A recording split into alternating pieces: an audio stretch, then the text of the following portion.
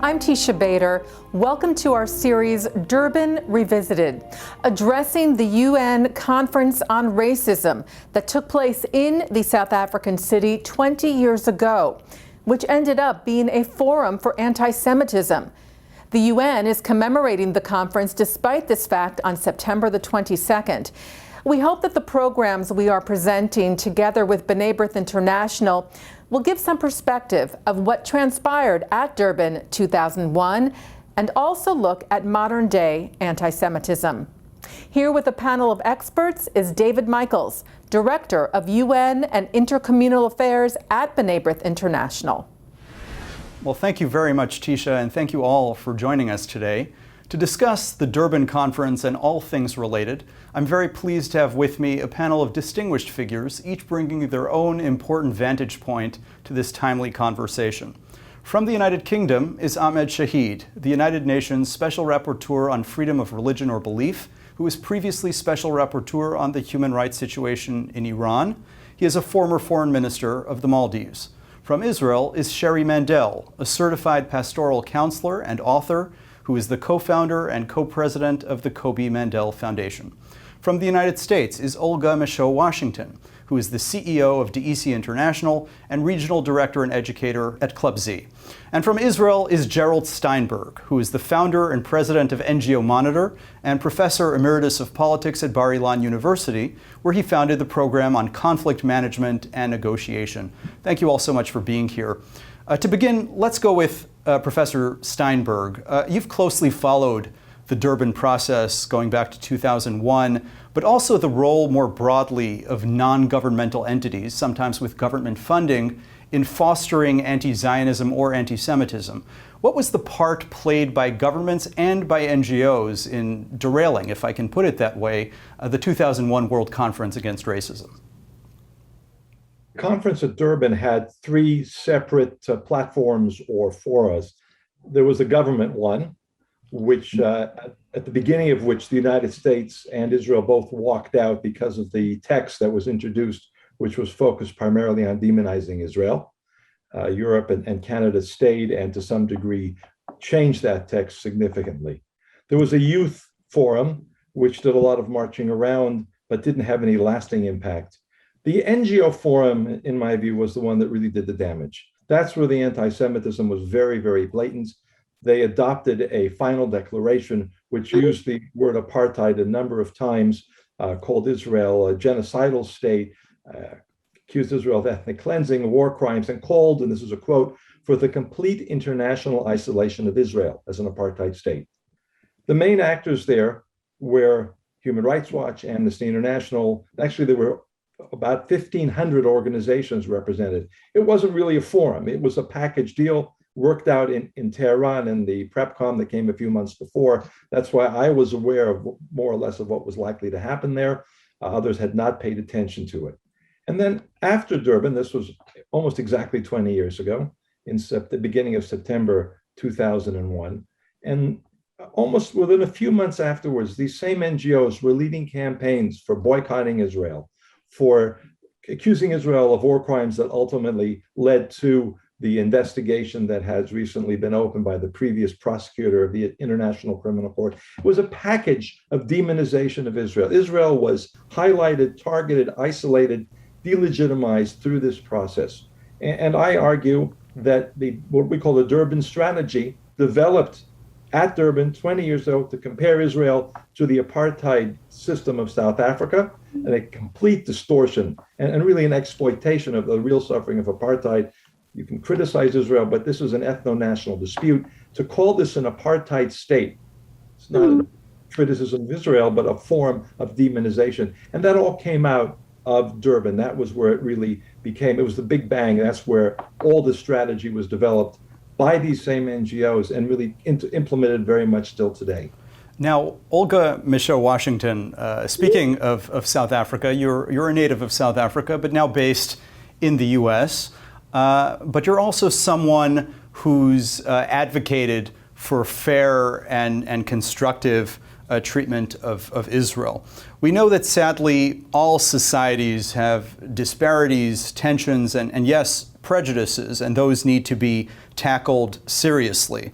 But how do you make sense of the gulf that's emerged for so long between key African voices in Israel? This is surprising when you consider that Jews and African Americans were critical allies in the civil rights movement here in the US, and that Israel and many African countries cooperated so closely on development when both were still new to independence or seeking it.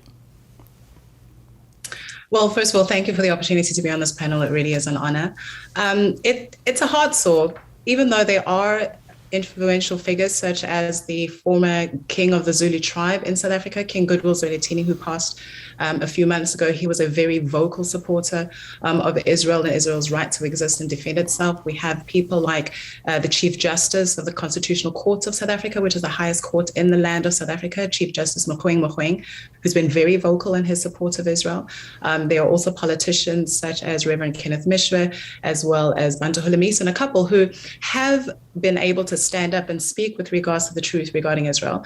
I mean, if one looked at the timing of the Durban conference in 2001, only 7 years after South Africa had been delivered or come from a place of apartheid, it was, for me, very unfortunate, and for many as well, because here you've got a supposed conference and a supposed gathering of people that are concerned about rights and human rights and racism. And we had the opportunity on the moral playground, if I can use that word, in South Africa, a place where there was not only apartheid, that evil system, but also colonization twice, and also slavery to do something well. But then here people came and they used the moral grounding that South Africa provided to, in fact, create a perversity of morality, which has led to not only African voices and real African issues being drowned out.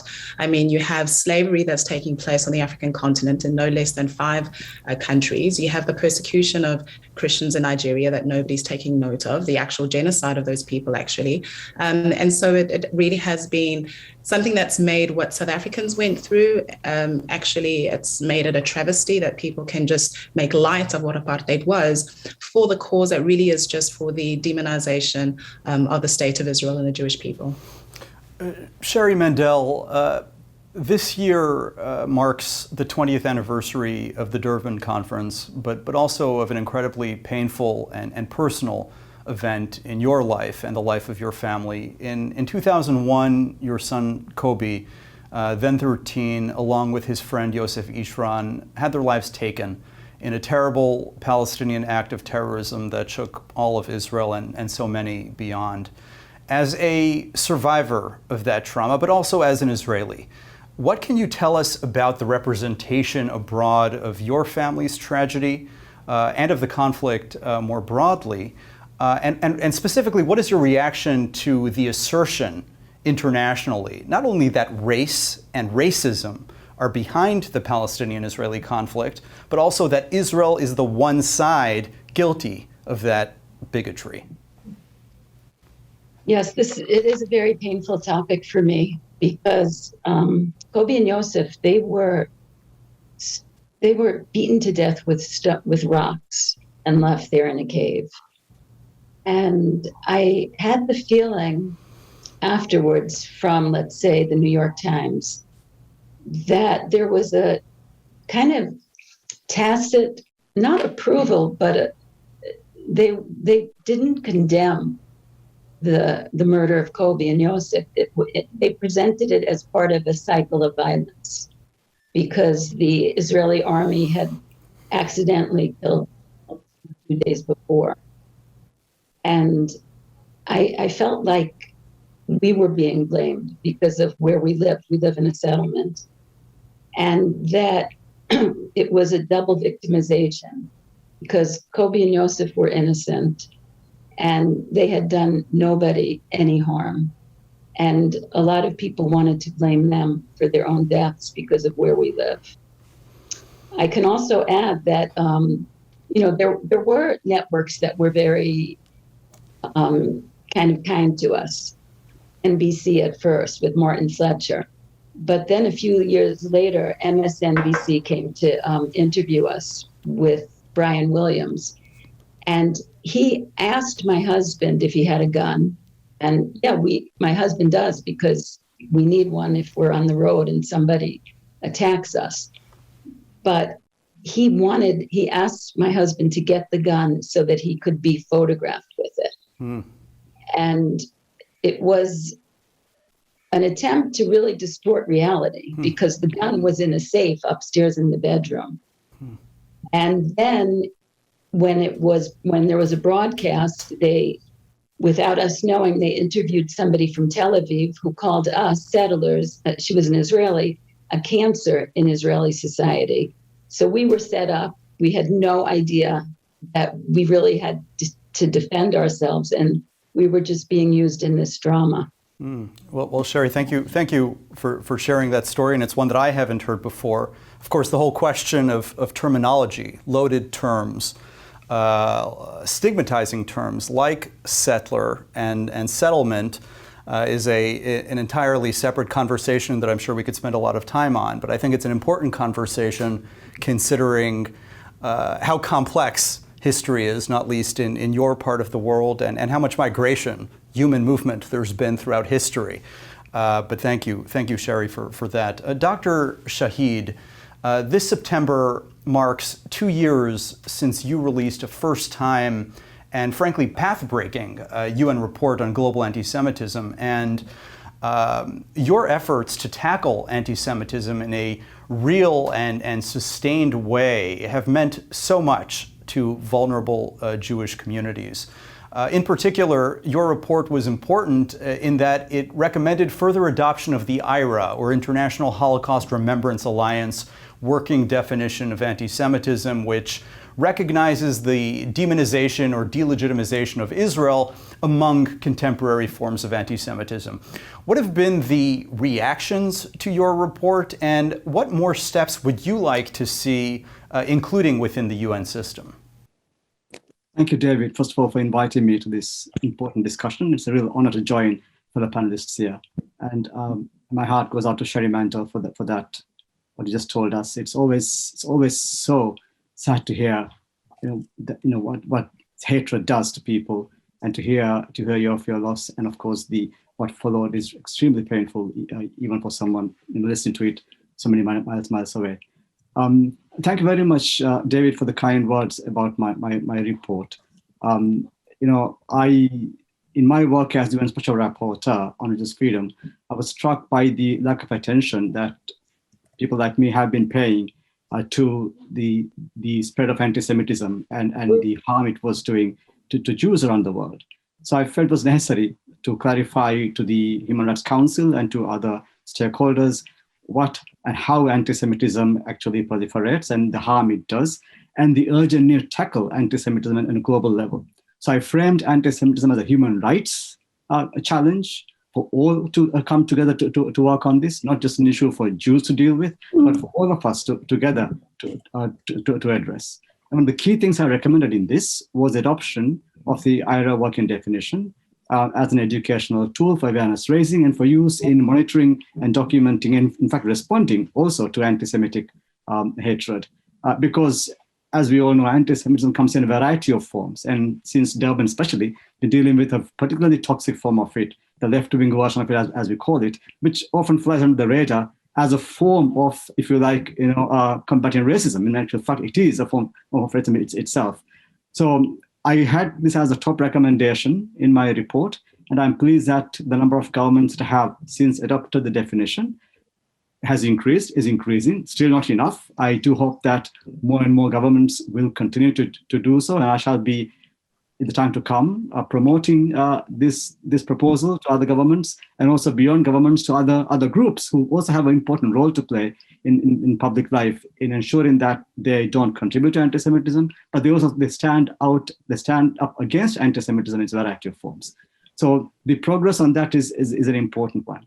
The other is to ask the UN, a body of multiple structures. Some of it are implicated in the political use of anti-Semitism, as we saw in Durban, and also in the Human Rights Council through some of its mechanisms. But also there are other bodies in the UN which have been trying to deal with this issue. So I called on Secretary General to appoint a focal point to deal with anti-Semitism within the UN system and beyond, and to coordinate global efforts to this end. So I'm happy that there's been a person appointed to this task, and he's doing work now to make sure that he can respond to this.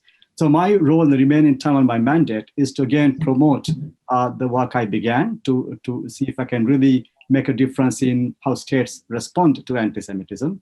I am planning a follow-up report for March next year, when I hope to consult communities worldwide to look at what can be done further to ensure that there is more work done to combat anti-Semitism. But I should add that in the 2 years since my report, I've seen again, further rises in anti-Semitic hatred. We saw the COVID pandemic last year, which again I was saying unprecedented. This May again I was saying unprecedented because this keeps on rising year after year. And the key message is, as we heard from Sherri Mandell, is that anti-Semitism kills. There's an obligation upon all of us to ensure that we fight that. And of course, in the Durban context, together, it is no use talking about racism if we then use that framework to scapegoat somebody else and of course become ourselves racist in doing so. So it's also important that we become inclusive in how we tackle racism, and that fighting anti-Semitism is a core part of fighting racism. Well, thank you, Dr. Shaheed, and I think you know that my colleagues and I have been fortunate to have multiple direct conversations with Secretary General Guterres and with the High Representative of the Alliance Civilizations, Miguel Moratinos, whom we know well for many years, back to his days as Foreign Minister of Spain, and we certainly have detected goodwill and positive intentions in seriously combating anti-Semitism. The challenge, of course, remains the mathematics within and the realities, the political realities within the UN system and the makeup of the UN, including the UN General Assembly, the most representative body within the UN system. And so, as you know very well, balancing the good intentions and the positive initiatives of people like yourself, like the Secretary General, and like Miguel Moratinos, can find an uphill battle in making progress in the light of some of the countervailing factors within the UN context.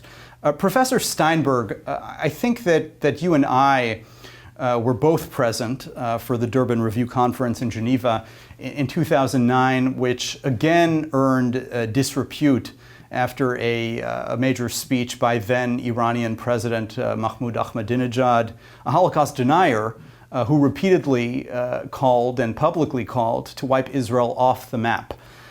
One thing that's unique about Durban, though, is that an array of democracies have actually declined to take part in it. And even UN officials have spoken out about the bad behavior there. Mary Robinson, the former High Commissioner for Human Rights, who chaired the 2001 conference, although known for her own, at times, very, very strong and some would say unfair criticisms of Israel, she had said that there was horrible anti-Semitism present, to use her own language. And this is, again, within a UN system that routinely condemns Israel more than all other countries. Do you take any encouragement from the decision by key democracies not to take part, and perhaps also from UN officials who have been willing to criticize aspects of the Durban framework? The response that came 8 years later, in 2009, when the UN had its Durban II conference, its first follow-up conference, it was slower. In most cases, these vast conferences have a follow-up less than that, in shorter periods, reflected the understanding that what happened at Durban was unacceptable. I think to some degree, and I say this carefully because I don't like to criticize people who aren't on to defend themselves, but I think that in the case of Mary Robinson, it was too little too late. She should have known, and she did know. As soon as they set up the PrepCom in Tehran, and she said, and I heard this directly, that not to worry, it's a UN conference, there will be Jewish organizations will be given visas, and Israelis will be able to participate in this Asian area preparatory conference for Durban. Of course, that never happened. she saw what was happening and she was made aware of what was happening in the NGO forum and only spoke out afterwards. And the same thing is true, by the way, of some of the participants. Human Rights Watch, Reed Brody, who was the head of the Human Rights Watch delegation at Durban, said afterwards, well, we dissented from this final declaration, but in fact, there was absolutely no evidence that there was any dissent. They were part of, for instance, preventing people who spoke differently than the condemnations of Israel that did not refer to Israel as an apartheid state. Reed Brody was one of the people who said, we're not going to let you speak. So by 2009, to get to your question, it was clear that this record could not be repeated. And I will say, to the credit of the UN structure, that there was no NGO forum in 2009 to repeat the real disaster or the tragedy or the immorality of the anti-Semitism that was featured back in Durban in 2001. And of course, also at that time, many of the Western governments, democratic governments, boycotted, said they will not participate in the Durban 2 of 2009. And the United States, under President Obama, was one of the, it started off with the Czech Republic, the Italians, and then the United States was a very early refuser to participate in another farce. And I think that took a lot of the wind out of the sails of the whole Durban process. The UN, as Dr. Shaheed said, I'm not sure if these are the exact words, but I'll use my own. The UN has its own very much built-in biases, and the fact that Durban is still on the agenda is very disturbing. And therefore, in an almost automatic way, there's going to be this Durban 20th year event, hopefully not a celebration on September 22nd, but already a number of countries, and yes, I do take some hope out of the fact that, again, the United States, Canada, Australia, a number of European countries, the Czech Republic was one of the first, and then France, now Germany and other countries have said they are not going to another repetition of what happened at Durban, at least even symbolically, not recognizing any kind of continuity. And that's important. They're making a statement with that. I think every democratic society in the world should make this statement, in other countries as well. I would hope to see the United Arab Emirates, Bahrain, other countries saying, we're not going to participate in another version of this immorality that happened at Durban. There's one other important point that I'd like to make in this context, because Dr. Shaheed mentioned, and you mentioned, the importance of the International Holocaust Remembrance Alliance working definition of anti-Semitism. That was a direct result, that the understanding that it is important to have a working definition for educational purposes, for other purposes, came out directly out of the Durban event, particularly the NGO forum. And many of the people that were involved in writing that text, Professor Erwin Kotler, from whom I've learned a great deal and is really my mentor for understanding the history of human rights and also the ways in which NGOs have distorted that, was one of the main participants in drafting that working definition. And Michael Wine and a number of others that were central in Mark Weitzman. There are many others that were involved in the drafting of that text. But that was an important result. And there, those examples of anti-Semitism, like saying Israel's a racist state, doesn't have the right to exist, came out of that experience of Durban. So there's a direct connection. And you know, we might add, even prior to the IRA coalitions and friends of IRA adopting that working definition, and we know that there's also now a working definition of Holocaust denial, in addition to the definition on anti-Semitism, but predating all of that, in 2004, the OSCE, the Organization for Security and Cooperation in Europe, adopted its Berlin Declaration, which really was among the first to recognize extreme anti-Zionism and anti-Israelism as a form of contemporary anti-Semitism.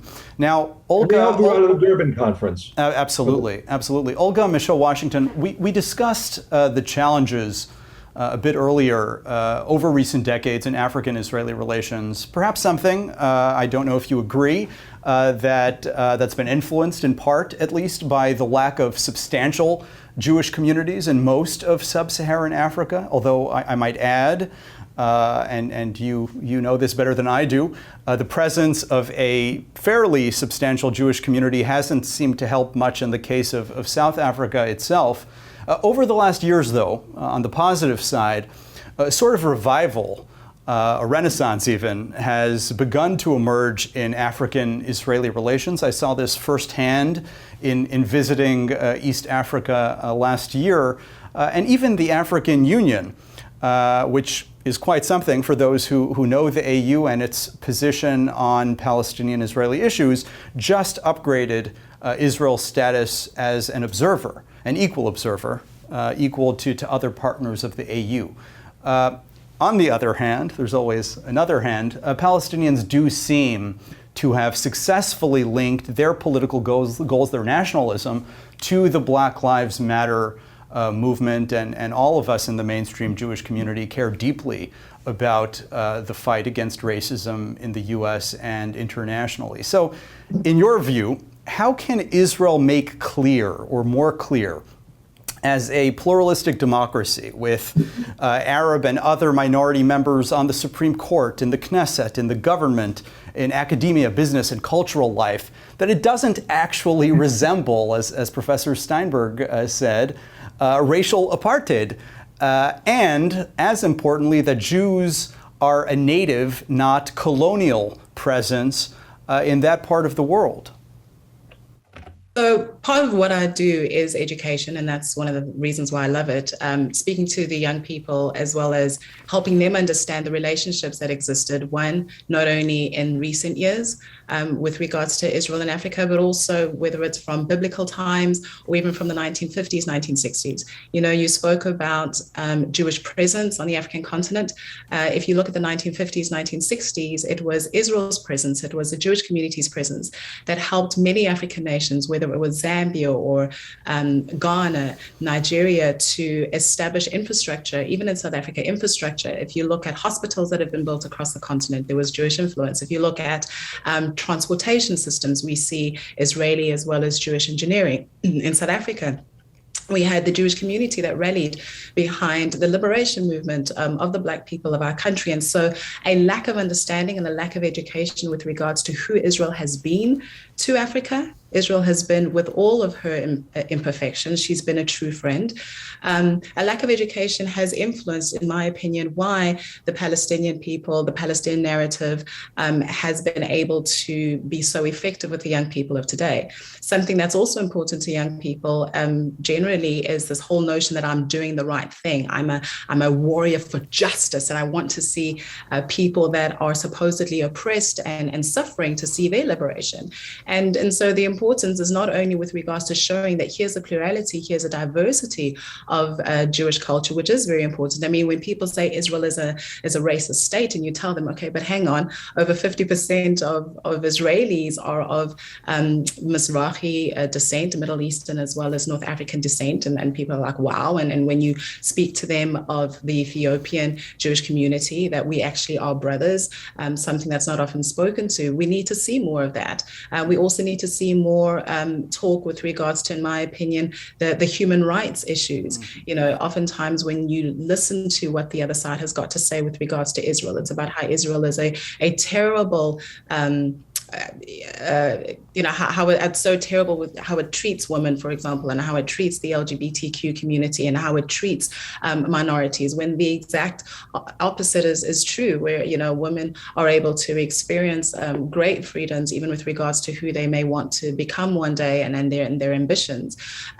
So there's a lot of nuanced education, in my opinion, that needs to happen. We can't just look at the politics of it, but also the day-to-day living. And if we're able to show that, as well as the relational aspect, I do believe that we'll be able to see a reversal in the gains that the Palestinian community has been able to make with regards to Israel and Africa. You know, Olga, thank you. You've put it so eloquently. You know, one of the anecdotes, really important anecdotes, probably that's a term that undervalues it. But you know, when we brought to people's attention, to old friends and new friends on the African continent, in sub-Saharan Africa in particular, that Theodore Herzl, the modern-day visionary of political Zionism, of contemporary Zionism, had written over a century ago that this was quite a progressive figure, very much a European enlightened product of his day, who was forced, on account of anti-Semitism, begrudgingly, to come to embrace the age-old Jewish dream of return to Jews' ancestral homeland. He had written, as you probably know, that after helping the Jews to find freedom, to find independence, he next really wanted to focus on bringing freedom and independence to the Africans, which I think we all can agree is quite a striking position and an early position for a European to take at that time. But Olga, thank you. Absolutely. If I can just add one thing to what you've just mentioned there. I mean, it was not only him, but if you look at the founding fathers of Pan-Africanism, from Jomo Kenyatta to Nkrumah, they looked to this concept of Zionism and people going home, and they drew aspirations for the African people as well. Something that I didn't mention, but I think that is important to mention, even though it's not very popular, is that Africans in particular need to get a better understanding of who is enslaving us and some of the atrocities that are being committed on the African continent. Many of these people that say you need to be on our side because we are your friends, they're actually not our friends. They're doing us great harm. And until we start to put pressure on African leaders to call out these entities and to call out many of these Arab leaders and these Arab communities, then we won't see the change that we need to. And so a lot more needs to be done on that level too. Certainly an important topic of its own, relations between the predominantly Muslim and predominantly Arab states of North Africa and the sub-Saharan African nations, as well as the dynamics within certain national contexts between Muslims and Christians. And I'm sure Dr. Shaheed is an expert on a number of these issues that we will have to reserve for another time. To go back to Sherri Mandell, you've done extensive work with and for victims of terrorism over the past 20 years. We know that violence and deep personal loss can leave enduring scars and frankly, deeply felt grievances. At the very least on the Israeli side that you come from, with Israel being such a small country and with each Israeli family being forced, not wanting to, but being forced to have its young members serve in the country's defense, do you see potential for healing and reconciliation on the ground? What more in your mind is necessary on the human level to make peace possible between Israel and all of its neighbors? Oh boy, that's a big question, how to make peace between Israel and its neighbors.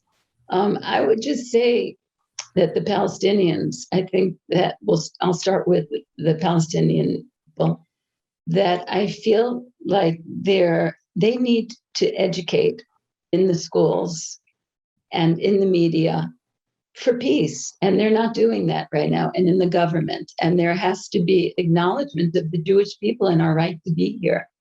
And I just want to say that the stakes here are very high.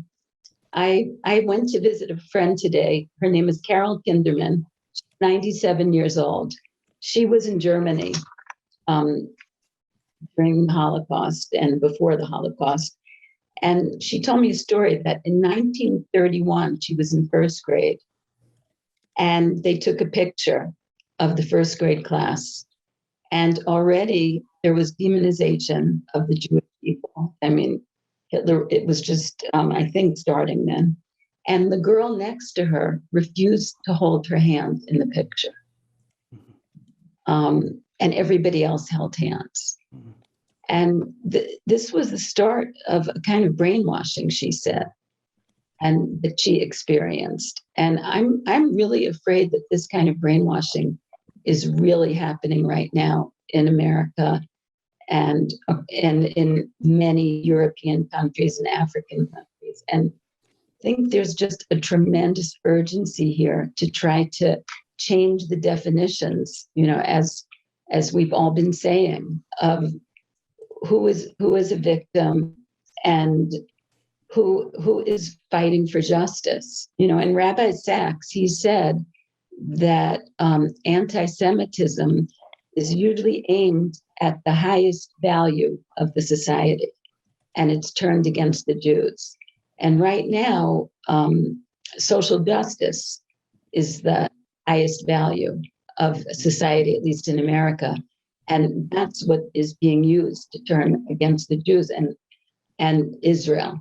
And I just feel like I feel the danger. And I guess because I've been a victim of that danger, I want to cry out and say, do everything you can to prevent this this growing anti-Semitism. Thank you. Thank you. Ahmed Shaheed, having served as the top diplomat representing a predominantly Muslim country, I wonder if you can speak to the potential, in your view, for common cause and rapprochement between Muslims and Jews, without implying that there is conflict or hostility between all Muslims and Jews, or even most. But I think the question is understood. You know, on the one hand, survey data have found alarmingly high rates of anti-Jewish sentiment, not merely anti-Israel, but anti-Jewish, in many, not all, Muslim societies. But on the other, Jews and Muslims share so much in common, historically, culturally, and theologically, perhaps more than any two other religious groups.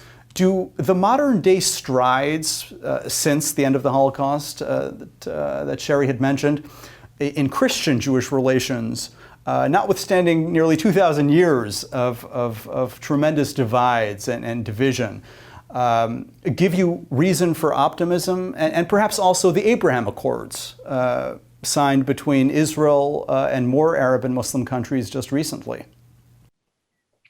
Thank you, David. You know, as a human rights defender, I begin with the premise of optimism that nothing is impossible. But really, it's a daunting task at the moment.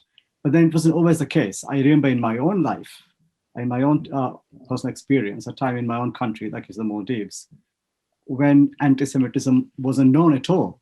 You know, as a young person growing up in the Maldives 70s, you know, we didn't come across that. But by the early 80s, things began to change. And this is part of a broader global narrative that was sweeping across the Muslim majority lands, in part driven by the Palestinian situation, but also for the most part driven by a particular set of actors, Islamist extremists. And this was a very convenient way of mobilizing people, but also finding a target of hate. So this has now become so widely spread, of course, has built upon other aspects of hatred. And I think there is hope because we mentioned education here. Education is vitally important here, not just education in terms of formal sense, but what I call peer-to-peer education. For people to meet other people of different faith, different nationality, and to sort of see them in the flesh, as it were. It's so different from what you hear about somebody when you have actually met them. So opportunities for interaction is so important. That's why I have always prioritized in the UN context that countries must recognize Israel and countries must interact with Israel. That's how you learn more about each other. Also have the space for people to people in interaction. And also from the fact that, like you said, there's so much commonality between Islam as a religion and Judaism and Jews and Muslims as peoples, that they share so much commonalities. And a time when they were, you know, supporting each other. There are many examples of how Muslims have Jews and Jews have Muslims in different situations. And that is even happening right now. I know for a fact, for example, groups in Israel who are working with Palestinians and people of all faiths, of all faiths and none, like interfaith encounters to create understandings between young people so they know the other as human beings, not as some demonic figure that have come across in the literature. So I think hope comes from interaction, hope comes from education, hope comes from the fact that we have now more opportunities to interact. But these sorts of shoots will get dampened when we have, you know, the big picture occasions that dominate the media, dominate the news sphere as we speak, of hatred towards Jews, as we saw in May and June and so on. We talk about a situation where in the State Department you find, you know, a swastika engraved on a lift. That's the last place one would expect to find this kind of anti-Semitic hatred. But go across to countries where governments are actively promoting anti-Semitic tropes, like in Iran or even Malaysia for that matter, then the space is far more limited.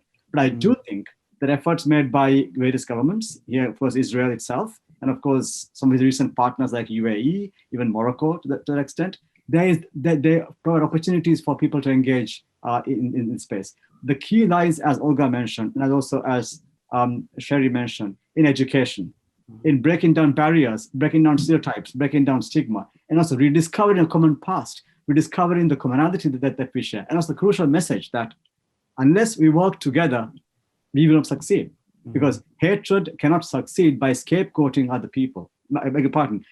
The fight against hatred cannot succeed by scapegoating other people. We have to recognize we are in this together. That's why in my own report, I call for a global fight against anti-Semitism. I call for education as a basic tool to combat anti-Semitism, including peer-to-peer education. And I call for a common stance by everybody because, as Professor Alvin Kotler reminds us time and time again, that the hatred that begins with Jews never ends with Jews.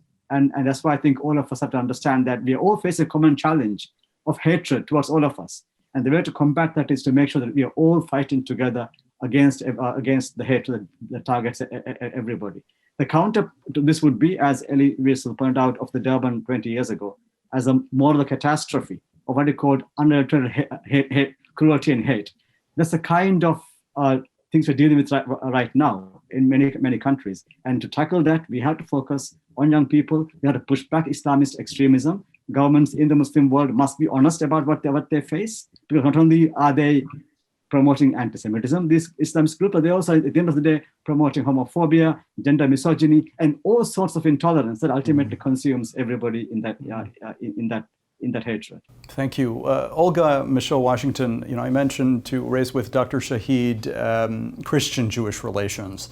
On Christian-Jewish relations, as you know, many of the most fervent friends of Israel today in the US and internationally are evangelical and other passionate Christians. And while this is important, you had referenced South Africa's Chief Justice earlier, and as you indicated, he had recently seemed on religious grounds, on Christian religious grounds, to advocate love for both Israelis and Palestinians. One would think that would be not a very controversial thing to say. He was severely reprimanded for that in the South African context. So what openings do you see beyond the, albeit substantial and important, evangelical Christian fold for widening the circle of Israel's friends across Africa, and for heightening awareness that Israelis, as much as all people, as you said earlier, deserve solidarity and justice themselves? So I'm not to belabor the point, but I'm going to go back to education. And I love what Mr. Shaheed said with regards to peer-to-peer education, peer-to-peer interaction. From a Christianity perspective, unfortunately, we are seeing some inroads in a theology that's called replacement theology, which teaches that because Christians have replaced the Jews, we can now just discard them and we don't have to stand with them. And love is for everybody, justice for everybody except for the Jews. So even if you are a proponent of the theology of replacement theory, then you still have to say, all right, am I steadfast with regards to truth and with regards to justice? And if I am, then I have an obligation to stand for truth and to stand in solidarity with the Jewish people. Also, if we're going to be speaking with regards to any form of development, I come from a country where unfortunately the unemployment rate is approximately 40% of all South Africans, and amongst young people it's even higher, it's approximately 70%. So if we're talking about we want a better future and we want to develop ourselves, we can look for examples across the world, and you look to Israel. Israel is considered the startup nation of the world. You've got young, brilliant minds that are able to start businesses. And so even if you aren't interested in the religious aspect, but you're interested in business, look to Israel. She's got so many things that she can offer. Again, if you look at health, South Africa's got a problem with regards to circumcision. One of the important aspects of growing up in many African tribes is the notion of being circumcised when you are of the age of 13. As a young man, you move from being a boy to an actual man. But we We have a problem, for example, where many young men die due to botched circumcisions. But there in Israel, we've got these innovations that ensures that somebody can be circumcised in a sterile environment and without much effort. And so there's the aspect of saving lives. And I can go on and on and on and on and on. For me, there is an aspect of Israel, Zionism in every single person on the planet, whether your aspirations are political or your aspirations are social, your aspirations may be cultural, your aspirations may be, again, technology, whatever it may be.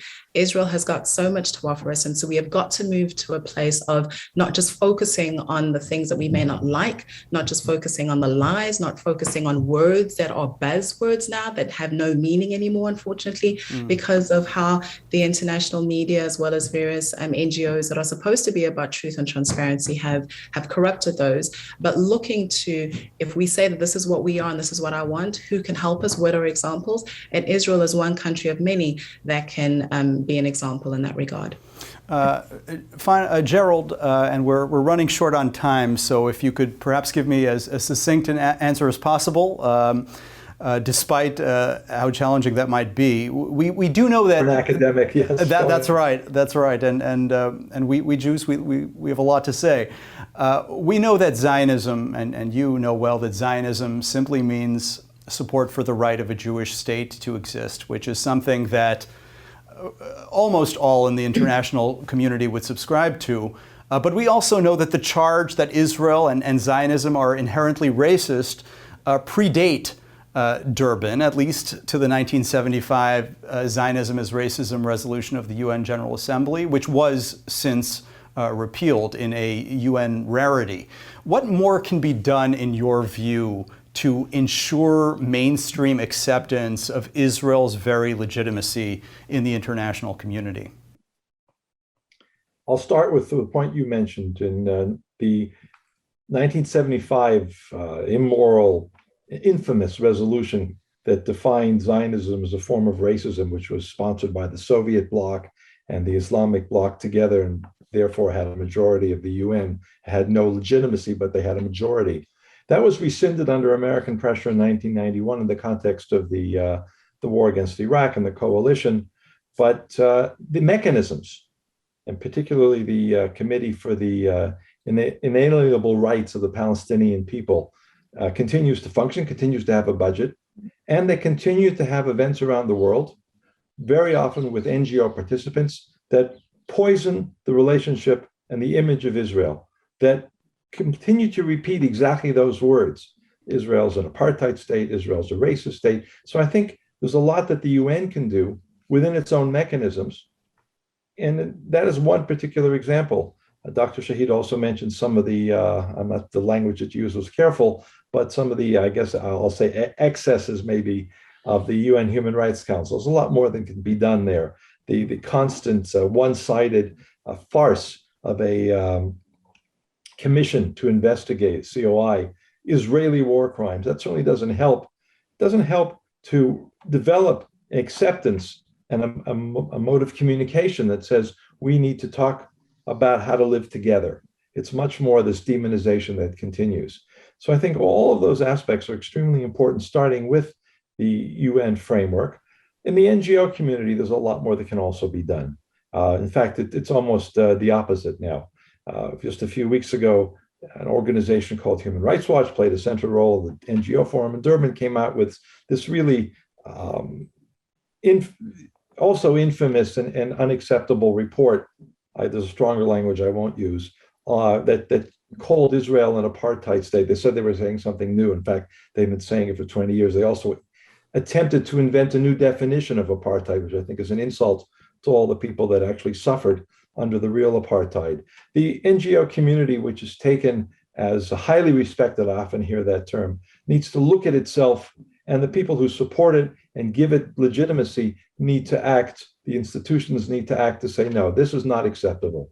Calling Israel an apartheid state, saying that Israel needs to be wiped off the map, which is what a lot of these activities are about. It's about, as we're quoting Professor Kotler, and as he said at the time, that using the term racist and apartheid with reference to Israel is really a form of denying, trying to remove Israel because we all know what the ultimate fate of an apartheid state is. It's to not exist. Well, So I think some of the steps that can be done. I think that's an important point, Gerald, and beyond the accuracy or inaccuracy of that description, and I think the failure to really give positive affirmation to all of the best practices that Israel engages in, certainly in the context of its region, where it's the only functioning pluralistic democracy with growing minority populations.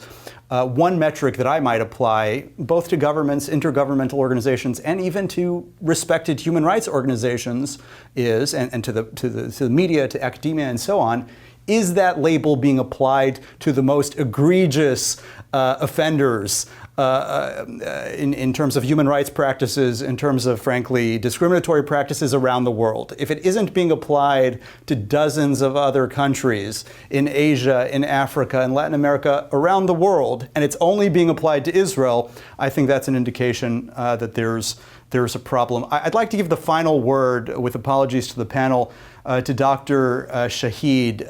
In light of your role, Dr. Shaheed, as Special Rapporteur on Freedom of Religion or Belief, and the upcoming, very somber upcoming 20th anniversary, not only of Durban, but of 9/11. I'm speaking to you from New York.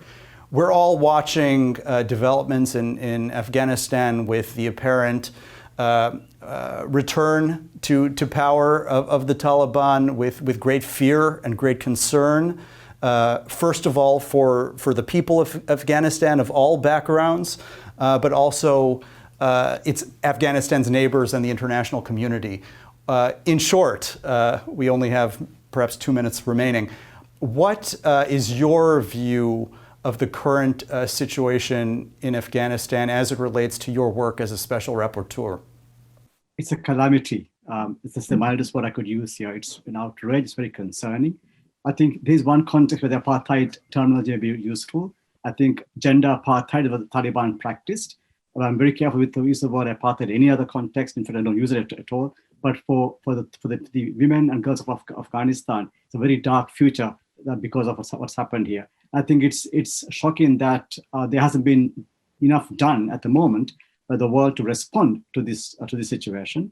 Of course, we failed to prevent this takeover of Afghanistan by Taliban, with all that it entails for everybody else. But now we must be doubly sure that we protect those people from the harm that this community, the terrorist group, can impose upon them. I think the most urgent matter before us now, as we go to the next Assembly session in September, is how to protect women and girls of Afghanistan, of course, others of Afghanistan as well. Now, this is why I think our focus on real issues gets distorted by obsession with Israel, obsession with promoting anti-Semitism. It does an injustice to everything else people are fighting for. It is an injustice for the fight against racism. It's an injustice to promote human rights if we ignore the real issues that are plaguing the world and then pick one country and distort its behavior, demonize itself, and look for its destruction.